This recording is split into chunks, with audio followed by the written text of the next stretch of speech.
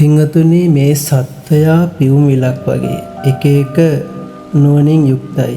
අන්න ඒ පියුම පුබුදවන වැස්ස හිරුවෙලිය තමයි මේ තථාගත ධර්මය කියන්නේ. නැත්තම් පිං ඇතුව ඉපදුනත් ධර්මය ඈත් වෙච්ච අයට ඈත තියෙන දෙයක් ලස්සනට පේන සුන්දර ඇහැක් වගේ මේ ධර්මය. එහෙම නැත්තම් පිංගතුනි මේ ලෝකය තුල දුර ඈත සිටින අයට ළඟ ඉඳන් වගේ මේ ලෝකයේ සුන්දරත්වය යථාර්ථය නැත්තම් මේ හිතේ විසිතුරු බව මේ සියල්ල මනවින් කියලා දෙන පෙන්වා දෙන දේ තමයි මේ ධර්මය කියලා කියන්නේ. ධර්මය තමයි අපිව මේ අන්ධකාරයෙන් ආලෝකය කරා සුන්දරත්වය කරා ගෙන යන්නේ. එහෙම නැත්තම් තවත් විදිහකට කිව්වොත් මේ අපේ ධර්ම සේවයේ පංචශීලයවත් නැතිව හිටපු අය සතර පොහොය සිල් ගන්න තැනට දාන ආදිය අංග සම්පූර්ණව කරන ආකාරය ගැන එහෙම නැත්තම් ධාන අභිඥා දක්වා පවා මේ මග දියුණු කරන ආකාරයට මේ ධර්මය තුල තමන්ගේ නිදහස හොයාගෙන යන්නට මේ සියලු ධර්ම සේවය එකමුතු කරන තැන තමයි පින්වතුනි අද කාලේ හැටියට මේ වටිනම දේ හැටියට අපිට දක්වන්න පුළුවන් දුරකථනය. අනේ වගේ ලස්සන දුරකථන පූජා අනුමෝදනාවක් මේ කරන්නට සූදානම් වෙන්නේ. පින්වතුනි පහුගිය දවසක පින්වත් අපේ චේතිය පුතා මේ මහා කාශ්‍යපේක විහාරී වනගත කුටිසේනාසනයට පැමිණලා බිම වල් සුද්ධ කරලා නිති පින් වැඩෙන පිනක් දිනේ බොහෝ වෙලාවක් සිදු කරගත්තා. මේ විදිහට පරිවාර පින්කම් සහිතව පින්කම් කරමින් එදා මේ පුතා පැමිණියේ අති සුවිශේෂ ධර්ම දාන දුරකථන පූජාවක් සිද්ධ කරන්නට. එහි ආනිසංස මෙපමණයි මෙච්චරයි කියලා කියන්න බැරි මෙන්න මේ සුන්දර පූජාව එදා මේ පුතා බොහෝම ගරුත්වයෙන් සිද්ධ කළා. ඒ වෙලාවේ අපි ඒ සම්බන්ධ වෙච්ච පිරිසට සහ සියලු දෙනාට මහත්සේ එහි වටිනාකම එහි ආශිර්වාදය නොවඩුව පුද කර සිටියා.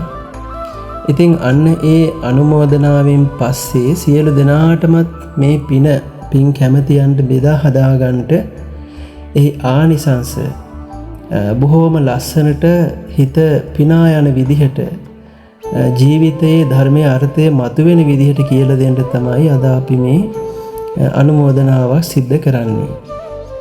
පින්වතුනි 3,90,000ක වගේ ලංකාවේ මුදලින් නම් 6 ලක්ෂයක් වගේ වෙන අති විශේෂ දුරකථන පූජාවක් සිද්ධ කළේ. ඒ ඇයි කොහොමද කියලා ගන්නකොට මූලිකව මෙහි දායකත්වයේ සිහිපත් කරන්න ඕන.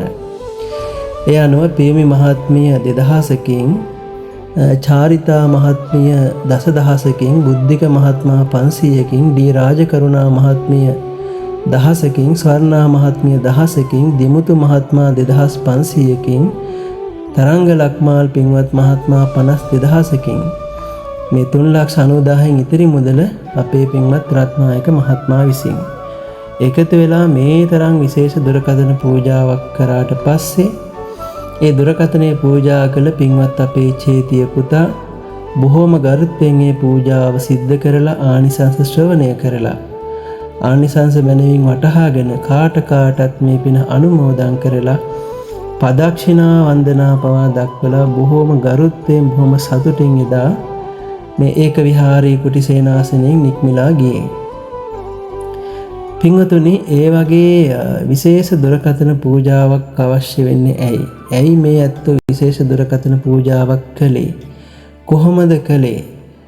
කොයි විදිහටද ඒක කොයිතරම් පිරිසකටද කොහොමද බලපාන්නේ කියන ආනිසංස පැත්ත හොඳින් සලකා බැලුවොත් මේ අනුමෝදනාව අනුමෝදන් වෙන පින්වතුන්ට දැනෙයි තමන් මේ අපි කොයිතරම්නම් වාසනාවන්තද කියලා කොයිතරම්නම් පුණ්‍යවන්තද කියලා අපේ මේ වියදම් කරපු ධනය කොයිතරම්නම් මහත්ඵලද මහානිසංසද කියලා මේ ශ්‍රද්ධාවෙන් විතරක් නෙවෙයි බොහොම ගරුත්වයෙන් විතරක් නෙවෙයි ප්‍රඥාවෙන්ම අවබෝධ කරගන්න පුළුවන්. ඉතින් දීර්ඝ දේශනාවක් නෙවෙයි කෙටියෙන් නමුත් අපි මේ චේතිය පුතා කරා වගේ වැඳ වැඳ පැදකුණු දක්වා අනුමෝදන් වෙන්න පුළුවන්, සතුට වෙන්න පුළුවන්, අනුමෝදන් වෙන්න පුළුවන් මහා පින්කමක සුන්දර අසිරිමත් පුණ්‍ය දිගහැරීමක් නැත්නම් අපිට භාග්‍යතුන් වහන්සේ දේශනා කරපු පත්තානුමෝදනාවක් තමයි මම මෙහි මොහොතේ අනුමෝදන් වෙන්නේ කියලා කවුරුත් ඊටාම සතුටටපත් වෙන්නේ.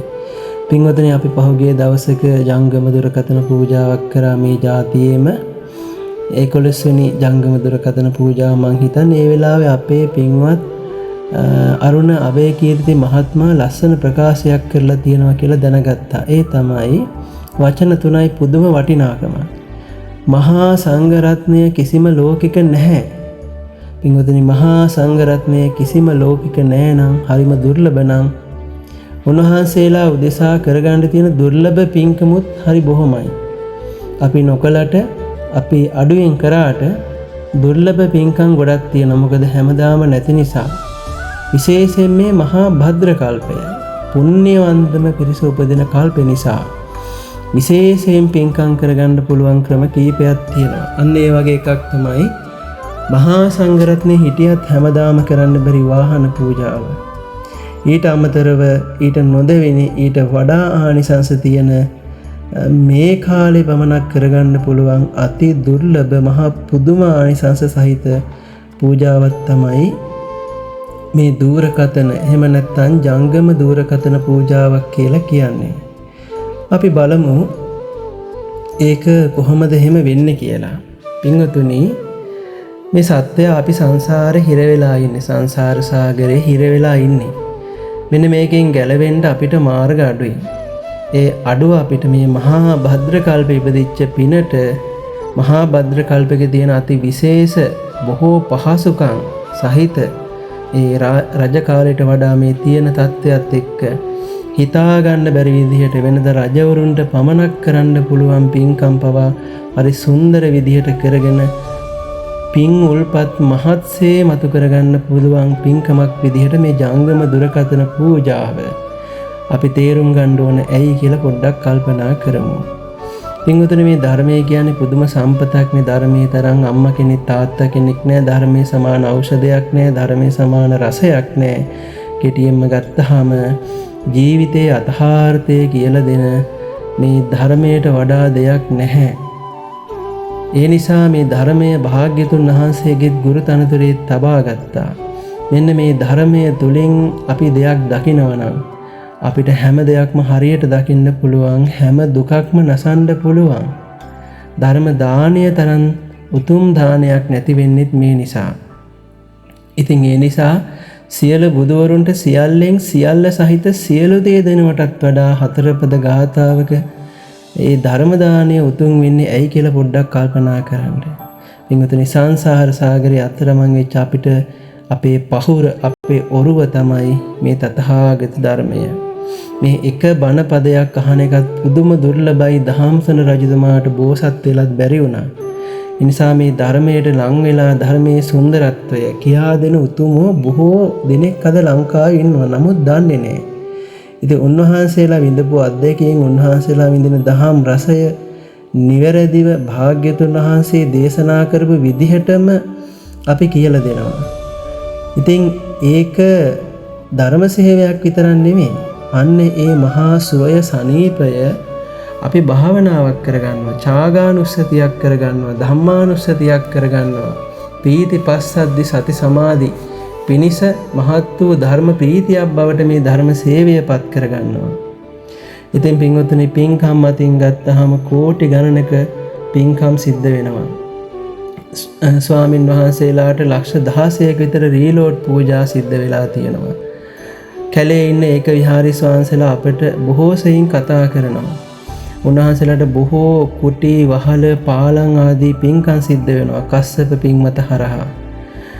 එතකොට පින්වතුනි, සීලයේ පැත්තෙන් ගත්තාම පංච සීලයවත් නැතුව හිටපු පින්වතුන් මේ ධර්ම දාන හරහා අද 4 පෝයම සීල් සමාදන් වෙනවා. භාවනාව පැත්තෙන් ගත්තාම ධ්‍යාන, අභිඥා පැත්තටම ඒ අංශයම හොඳට දියුණු කරගත්ත පිරිසක් ඉන්නවා මේ ධර්ම සේවය නිසා. ඉතින් මේ සියල්ල මින් පස්සේ සිද්ධ වෙන්නේ මේ ජංගම දුරකථනය හරහා. මේ හැම දෙයක්ම ප්‍රීතියක් කරගෙන අපේ විවේකය රැකගෙන ඒක විහාරීව තමයි අපි වැඩ කරන්නේ. සති දෙකකට වතාවක් පමණයි පිරිස මුණ ගැහෙන්නේ. නමුත් පින්වතුනි අපි ලබන ධර්ම ඥානය ලැබූ ධර්ම ඥානය ධර්ම සුවය දිනකට දෙතුන් වතාවක් සිද්ධ කරනවා. මාසෙට පිරිස මුණ ගැහෙන දින 5 මහා පුදුම ධර්ම සේවයක් සිද්ධ වෙනවා. ඒ හරහා බොහෝ දරුවෝ මේ මුහුණු පොතේ පිටු 10කට වඩා මං හිතන්නේ. ඒ වගේම YouTube වලින් මේ නිවන තෙක්ම කමටහම් මඟ කියා දෙන දුර්ලභ යාව නිබ්බාන වැඩසටහන, ත්‍රිපිටකය මුල සිට උගන්වන වැඩසටහන, බොහෝ YouTube වලින් මේ ධර්ම දාණය බෙදා ගන්නවා. ඉතින් මේ හරහා මං කිව්වා වගේ මේ ධර්මය කොච්චර සුවදායිද කියලා අද බොහෝ පිරිසක් විඳිනවා, වින්දනය කරනවා, අපිට නිරන්තරයෙන් පවසනවා. පදක්ෂිනා වන්දනාදී බොහෝ සිරිත් පිරිත් ඉගෙනගෙන තියෙනවා. ඉතින් තනිව ඒක විහාරීව පිරිස මුණ ගැහිමක් නැති තරම්ම ඉන්න අපිට මේ හැම දෙයක්ම මේ හැම ධර්ම සේවයකම මුල වෙච්ච අපිට මේ තරම් ධර්මයක් මතු කරන්නට ප්‍රධානතම දේ බවට පත් වෙලා තියෙන දුරකථනය. ඉතින් මේ දුරකථනය වේගවත් දුරකථනයක්. ඉතින් වේගවත් නිසා අපි විවේකී රැකෙනවා. පූජා කළ ඇත්තන්ට වේගයෙන් ධර්මය අවබෝධ කරගන්න පුළුවන් වෙනවා. අපි ගොඩාක් බලන්නේ මේක ඉඩකඩ. ඉතින් ඒ නිසා ඒ ඉඩකඩ සහිත වීමත් එකක්. ඒ නිසා මේ ධර්මය වඩන ඇත්තන්ට බොහෝ ඉඩකඩක් ධර්මයේ තුල වඩන්න හිතේ ඉඩකඩක් හැදෙනවා. ඒ විතරක් නෙමෙයි පින්වතුනි මේ ධර්මය තුලින් දුර ඉන්න ඇත්තන්ට ධර්මය ඇහෙනවා. ඒ නිසා කොයිතරම් දුරක හිටියත් ධර්මයෙන් ඈත් වෙන්නේ මේ සංසාරේ. ඉතින් මේ හේතුවෙන් කොයිතරම් පිරිසක් දානයෙන්, සීලයෙන්, භාවනාවෙන් මේ පින්වත් ඒක විහාරයේ මහා සංඝරුවන ගිහි පින්වතුන් සැනසෙනවද? ඒ හැම පිනක්ම මේ පූජා කළ පින්වතුන්ට මින් පස්සේ අයිති වෙනවා. ඒ නිසා මේ ධර්ම දානයක් පමණක් නෙවෙයි කිසිම පිනක් අඩු නැති හැම පිනක්ම අර්ධමාසික පිණ්ඩපාත මහාරවංශ බුද්ධ පූජාව අති දුර්ලභයේ බුද්ධ පූජාව සිද්ධ වෙන්න මේක තමයි ප්‍රධාන හේතුව දුරකථනය. ඒ වගේම ධම්මෝසද සමන්නත්ති ගෲප් එක හරහා අපි 280 ගානක් නැත්නම් 300කට ආසන්න ගානක දහම් ගැටළු විසඳලා තියෙනවා. ඒ තුලින් ජීවිතේ හැදෙනකොට නිවන තෙක් කමඨහන් මඟ අවුරුදු 3ක් තිස්සේ දැන් සිද්ධ වෙනවා. යාව නිබ්බාන භාවනා වැඩසටහනෙන් භාවනාව ඉහළටම දියුණු කරගත්ත ඇත්තෝ බොහොමයි. ඒ වගේම නිරන්තරයෙන් එදිනෙදා දහම් කරුණු බොහෝ දේවල් අපි හරහා අපේ මූලිකව මේ මුහුණු පොත ආදී හරහා බොහෝ දරුවෝ සිද්ධ කරනවා. මේ හැම දෙයක්ම මෙතන තියෙනවා. ඒ නිසා අපි ආශිර්වාද කරනවා මේ තරම් අප්‍රමාණ ධර්ම සේවයක් උදාපත් කරන්න උපකාර වූ ඒ පින්වතුන්ට මේ කී ආනිසංස නොඅඩුවම ලැබේවා. ඊතා විශිෂ්ඨාකාරයෙන් සුඛා පටිපදා කිප්පහා විඥාවෙන්ම අර්ථ ධර්ම නිරුත්ති පටිවේද සිව්පිලිසිමියා සඩ විඥා ත්‍රිවිද්‍යාලාභීව උත්කෘෂ්ඨාකාරයෙන්ම ධර්මාබෝධය පිණිසම මේ පින් සියලුම දෙනාට හේතු වාසනා වේවා කියලා සාදු සාදු සාදු